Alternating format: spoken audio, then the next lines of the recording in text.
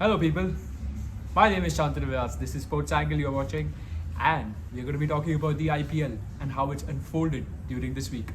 Now this week was probably the most decisive week of the IPL because the four teams such as Delhi Capitals, CSK, RCB and Kolkata Knight Riders were confirmed to play the playoffs. Real heartbreak for Mumbai Indians fans because they started showing some substance, they started showing some great grit and some eagerness to show that they are out here to defend the title for the second time, make that three-peat happen. But it did not take place because mathematically it was very difficult to get that 170 plus run margin. you know.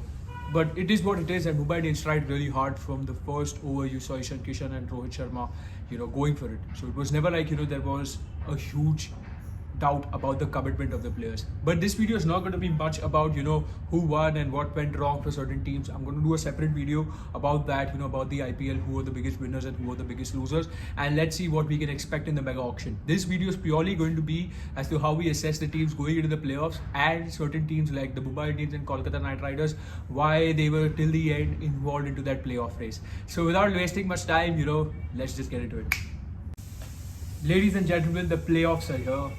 Everything what the teams work towards, starting from the auction till their preseason, till going into the tournament, everything comes down to this. It's the playoffs.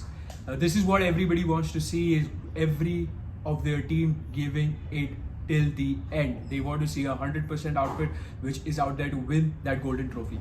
Now let's talk about the four teams which are going to be facing each other. Now first you have the Delhi Capitals, who have qualified with 20 points, winning 10 games, and they've been phenomenal throughout the tournament, be it the India leg or the UAE leg. They've brought their India form to the UAE leg and they have only meant business. Now, obviously, I can talk about the technicalities of it. The technicalities are like, Shreyas Iyer coming back into the scheme of things was really good. It was a solid morale booster for them. They obviously got a huge setup in that. And Rick Norkey was a key component in their bowling attack, which although bolstered their chances so it's something which was great, it became even greater. So that was really good for Delhi Capitals.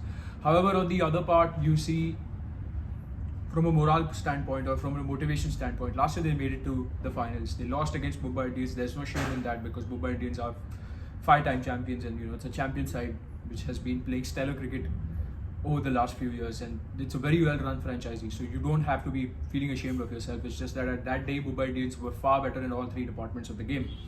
Now, Delhi Capitals obviously had that at the back of their mind that this is the last year where they will have this setup which they have made for the past 2-3 years since the new owners have taken over, who have done a phenomenal job. Huge shout out to JSW for doing a phenomenal job with Delhi Capitals.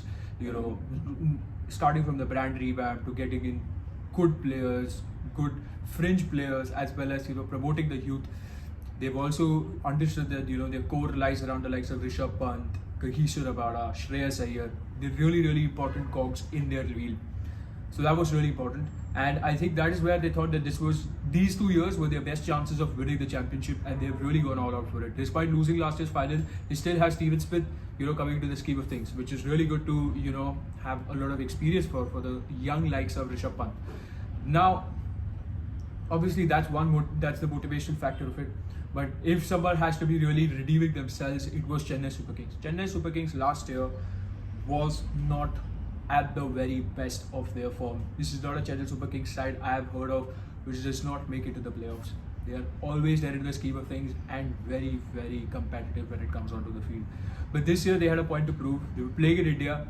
So obviously they are well versed with conditions out there. They have players who are well versed with conditions out there. So obviously they displayed their dominance in that particular leg. However, when they came back to the UAE, there were a lot of ifs and buts whether they can replicate that kind of performance which they had, back in India, because of a lot of things what happened last year. Now, obviously they have, put last year aside. They came here a month before this tournament started. They put in the hard yards. They understood that these are the conditions they have to be playing in. They have to excel in, and they have to win if they are to make the playoffs. Now they did that. Very good motivational factor for them, and obviously always at the back of your mind as a CSK player, you always think that this could be Dhoni's last season, and you want to give Dhoni a proper farewell. Now that's talking about the motivational side of CSK. I think the technical side of it is like Ruturaj Gaikwad coming into the form at the right time for both the legs.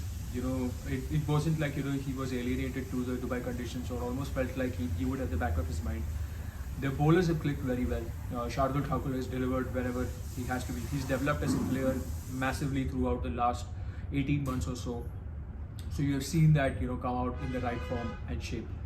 So that's that about CSK and DC, who are going to be playing the first qualifier tomorrow at Sunday. Do not miss out on it at 7:30 on Star Sports. So do watch that, and let me know in the comments below who's going to be the winner of the first qualifier. Now the second qualifier, or many people as how it's labeled to be as the eliminator, is going to be playing the loser of the first qualifier. Now obviously it's a very tricky spot to be in, and we're going to be talking about the first match which ever took place in the IPL, the teams which are involved in that, KKR versus RCB. Now, whenever I talk about Kolkata Knight Riders versus RCB, this will put a huge smile on any Kolkata Knight Riders fans' face, because they will remember the Brendan McCullum knock on the first opening night of the IPL. 158 by Brendan McCullum was probably the best memory I have of a first day IPL innings. And this is only going to get even much more better for KKR, because I feel on form coming into the Dubai leg, they are one of the best teams because they have the healthiest net run rate and they've won the most amount of matches. So if you cut out, like, I'm not saying obviously don't count the Indian matches, don't get me wrong, okay, but if you just cut out the Indian part of it, the Indian leg of it, and you just take these 7 games and you just make a table on that, Kolkata Knight Riders will be on top given their points they have won and the net run rate they have had. Now what's really important is that, Kolkata Knight Riders, obviously, they had a very slow and sluggish start. There was a lot of questions about, whether the captaincy should have gone from Dinesh Karthik to Owen Morgan or not. But they have come to the scheme of things. The young players have stepped up. You have Venkatesh Iyer, you have Shubman Gill, who are leading from the front. They're getting the, runs in the first 6, 7, 8 overs. So that gives a good platform to the likes of Owen Morgan, Nitish Rana, Dinesh Karthik, who are going to be coming in and they're going to be finishing the innings on a high. Now, what also has clicked for them is their bowling. Lockie Ferguson has come into the scheme of things, taken wickets, delivered dot balls at the right time. Now, do always remember that this is the T20 format. This is not tests where you will need wickets at regular intervals.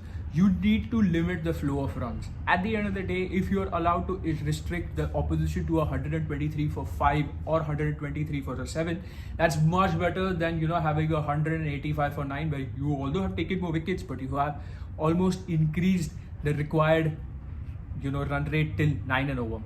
So practicality is very important in this format of the game, and that is what I felt that KKR have addressed in this particular leg.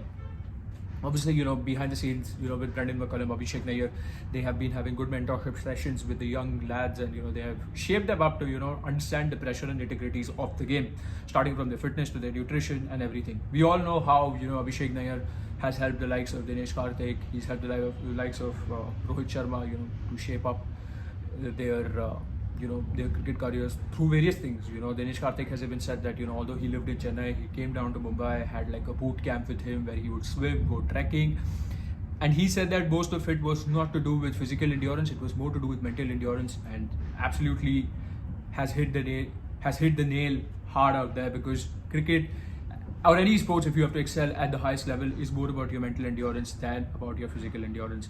So that's that about KKR, and really looking forward to this match and to see how KKR shape up. But for a Mumbai Indians fan, it was slightly heartbreaking. They making the playoffs and we couldn't, because it was a tilt between Mumbai Indians and KKR. But credit to KKR, they've been more consistent and they've been slightly more decisive, where Mumbai Indians have slipped up and they have let the guard down.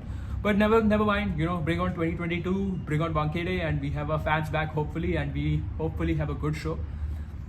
But yes, without taking much credit of the whole thing, let's talk about Royal Challengers Bangalore. Royal Challengers Bangalore coming into this IPL were pretty good. They were in a good spot. With AB de Villiers, Virat Kohli, they're always in a good spot. With Yuzvendra Chahal in their bowling attack, they're always in that spot where they are poised to do well.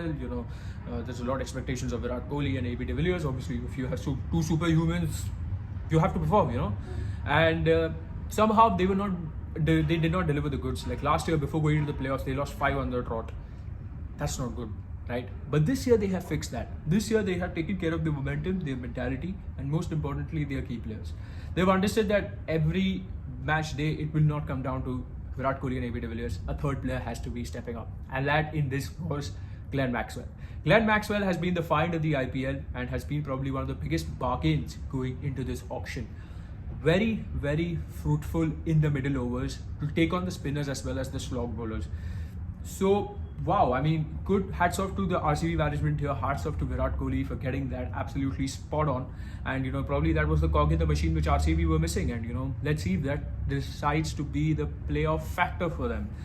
Now, obviously, this is the eliminator. That means one step wrong and you're out. So there's zero margin for error. I always feel that the eliminators are much more exciting than the qualifiers. Several other qualifiers, both the teams, they have it at the back of their mind, because they have two mind states. They're like, if we give it all, we reach the final, we get a rest day. But at the back of their mind, they also are like, if we lose, we have a second chance with the eliminator who's third or fourth place, so with a relatively weaker team than theirs. But I don't think so. That should be the case. Eliminators are very, very seriously to be taken because those teams come out with absolutely no option but to win, right? It's a more survival aspect for them. And most importantly, I feel this year Royal Challengers Bangalore have a very good chance. If they can get that hurdle over KKR, I feel that they can go on to win the championship. But a lot depends on their momentum and their form. And the most important thing with RCB is the mind state they're going into this day. They don't have to take any pressure. They don't have to prove anything to anyone. They just have to play their beautiful cricket, their fearless brand of cricket, which they always play, which RCB are known for. And I hope, they can get that Gold Cup home because this is Virat Kohli's last year of captaincy. And, you want him to be, lifting that IPL trophy as a captain because he much deserves it, for the amount of loyalty he's had, the amount of efforts he's put in and the heartbreak he suffered through, So that's kind of due.